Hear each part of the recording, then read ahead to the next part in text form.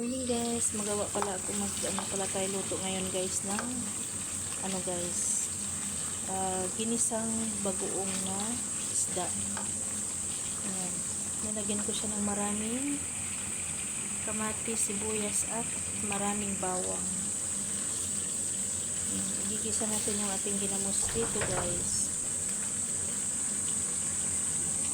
Ayan yung ating bagoong isda guys. Ayan. Masarap to guys kasi sobrang daming kamatis, sibuyas at bawang.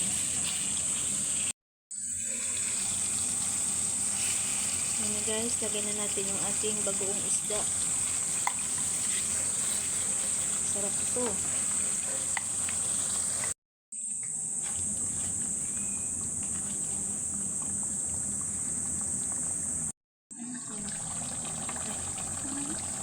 Lagyan natin daw ng sibuyas guys para lalong masarap yung ating bagoong isda. Ayan, mapapa-only rice ka talaga nito guys. Sobrang bango at ang sarap nito ang ating bagoong isda guys. Ayan na.